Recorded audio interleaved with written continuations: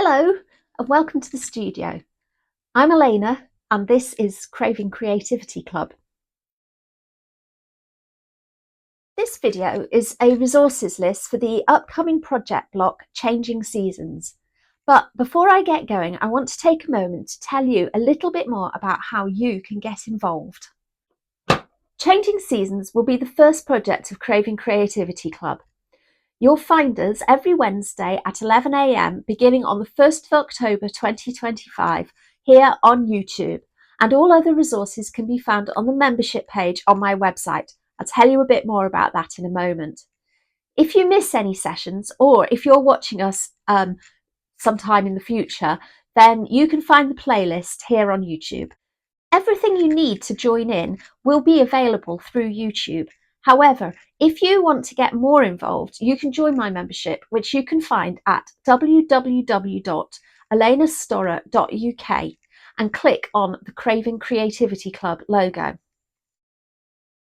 You'll find a blog of art-related articles, plus the project pages for this and any other projects we've got to by the time you find us.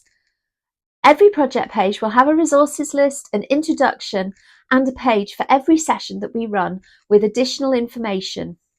Some weeks there'll be added PDF files that you can download and print off, or additional ideas of activities you can do or artists that you can explore. For the moment and until the end of 2025, joining the membership will be free, and it will remain free for all founding members who join in 2025. After that, the membership price will go up to £5 a month. So pop over to the website at www.elenastorrer.uk and click on Craving Creativity Club.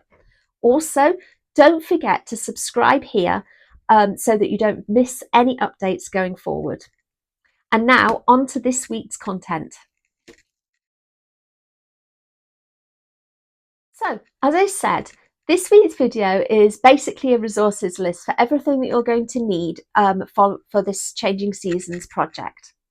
To begin with, you're going to need a sketchbook of some kind, and the kind of sketchbook you choose is going to be broadly up to you. Lots of people have a sketchbook that they really love, and I don't want to stop you using something that you enjoy. However, if you've never bought a sketchbook before, or you're looking for something new, here are some ideas.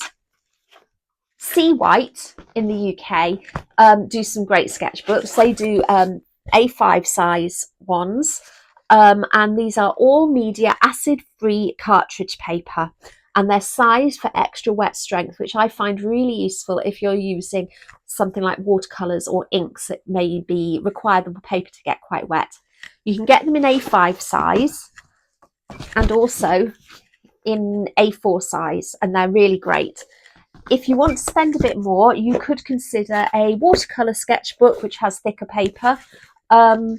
Whatever you do, do not choose something that's just got copier paper in it. You're going to need something a little bit more sturdy.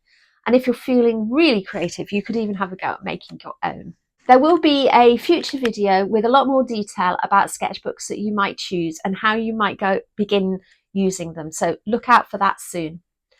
There will also be a future video about the next thing on my list, which is a collection of items from the natural world.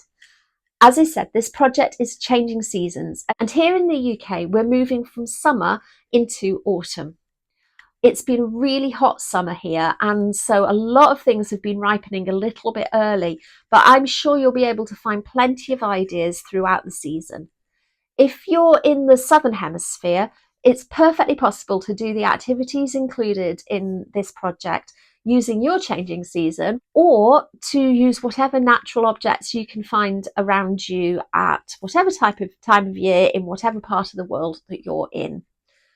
There will be another video upcoming soon, giving you some suggestions of things that you might like to collect and some ideas of how you might like to display them. So on to some further resources.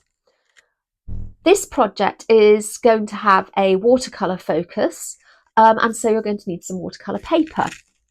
You can buy this just as sheets of paper.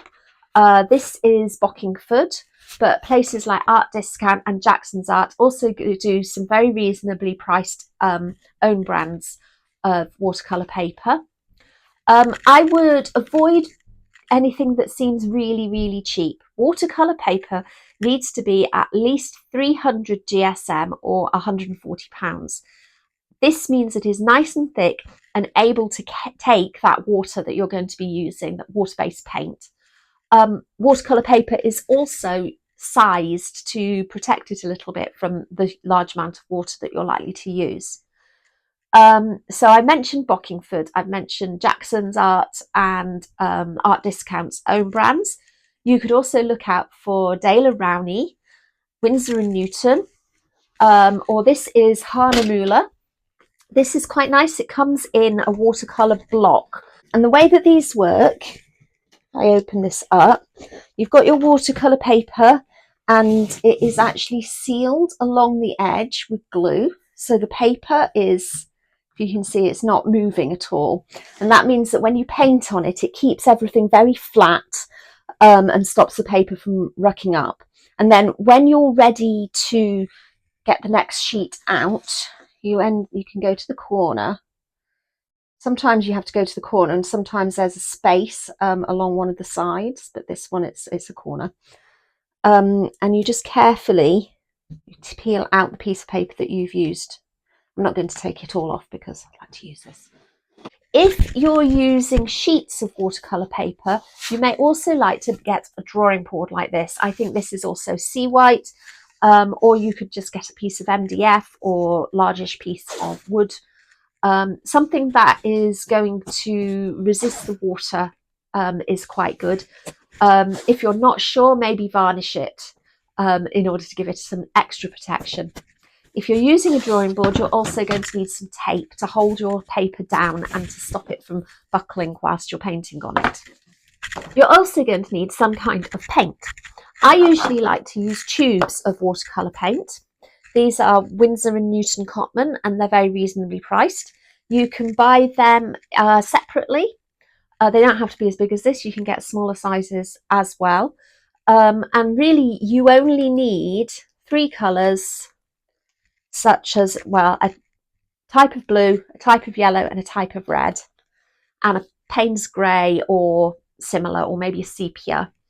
And from that, you can mix a lot of other colours. Alternatively, Winsor Newton also do these little, I think these are landscape packs or starter packs of paint, which come with little pans. You get a little palette with it and a tiny, tiny brush. And these are also a really good starter for watercolours. There's a very similar one here by Sennelier, which also had a little brush in it, but it's gone now. If you do use the tubes, and also, I mean, even if you do use the pans as well, you probably would find a palette useful as well. I really like ceramic palettes because they're easy to clean, and the white just means that you can see the colours of the watercolour really easily. But for a super cheap alternative, lids of Pringles and other similar pop the top off crisp tubes. These are also great for using as small palettes for watercolour. You will of course need a brush. If you've bought a pack of paints, then it may well have come with a brush, but I would recommend having at least 2 in 2 different sizes. They don't have to be particularly expensive, but do try to look for watercolour brushes.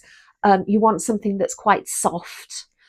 You'll also need a couple of jars for water and a cloth or some kitchen roll for soaking up water, drying your brushes on, and little extras like that. You're also going to need some drawing materials. For the drawing sessions, you will need some paper, which could be paper from a largish sketchbook, or you can also buy paper loose. Look for cartridge paper or mixed media paper around about A3 size. You want something that's relatively thick, but you don't need to get anything particularly expensive. You're also going to need a permanent black ink pen. By permanent, I mean something that is not going to melt away and smear if you put water or watercolour paint over the top of it. A Sharpie is perfect. These double-ended ones are really nice. Alternatively, you could try Copic multi-liners. This one is a Unipen fine liner. Mangaka pens. I think Micron Sakuras also work for this, but you're looking for permanent ink that is not water soluble. Okay, as well as your pen, you'll need some other drawing materials. So here we have a little collection of drawing materials that you could use. You could go as basic as a range of different drawing pencils, coloured pencils, just basic felt tip pens. These are fine ones or some chunkier ones. Paint pens are great, any colours you like, even a biro or a handwriting pen, rollerballs. Charcoal can be interesting to use, make some good effects with that. These are charcoal pencils, so they're charcoal that's been compressed into a pencil. Chalk pastels, oil pastels, again you can get them in colour as well. These are quite interesting. These are graphite sticks, so you can either get them quite chunky like this, or you can buy packs of these sort of cuboid shaped sticks that are quite interesting to use. Or if you're interested in dip pens, you can get a dip pen, they're pretty cheap really, or a bamboo pen and some ink. Anything you have around. You don't need to go out and buy all of these materials, just go around your house and collect what you've got. And then finally, you're going to need a collection of coloured papers. You can buy packs of coloured paper, or you could look out for sugar paper. You can also get packs of origami paper or booklets like this. This is by Do Crafts by Paper Mania, where the paper is patterned and you get a load of different colours and decorations on your paper. But you don't really have to buy much at all. You could also just use scraps of paper that you've got lying around at home. You can use, this is sandpaper, brown wrapping paper or any other kind of wrapping paper, graph paper, tissue paper, writing paper, paper that's already been written on. You can take apart books, not books that anyone's reading, books that no one wants. Don't be pulling apart your library books. Old scraps of wallpaper. You can use junk mail or magazines. So magazines, you can go through and find little sections that are interesting, like this lovely blue, or these landscapey colours. Cut bits that you can tear out. And you can decorate your own paper. So here are some examples that I've done. This is just paper that I've painted or printed on, and we'll be doing some techniques during this project that you will then be able to use the paper that you decorate for the torn paper part of this project as well. So lots of ideas for your paper collection. And you're also going to need a glue stick or PVA glue of some kind as well. Try to look out for landscape colours or autumnal colours or colours to reflect whichever season you're in your part of the world at the moment. So as a reminder, the first session for the Changing Seasons project will be on the 1st of October 2025. The video will be on YouTube from 11 AM with extra resources in my membership if you join at elenastorra.uk. This resources list is available in my membership, as is a blog with extra resources in as well. And I will be dropping a couple more videos before the official start date also. If you have any questions, either about the resources you need or about the membership or the project as a whole, then do put it in the comments. I will aim to answer every comment, and don't forget to like and subscribe so that you don't miss any upcoming videos as we go forward. I'm looking forward to seeing you very soon.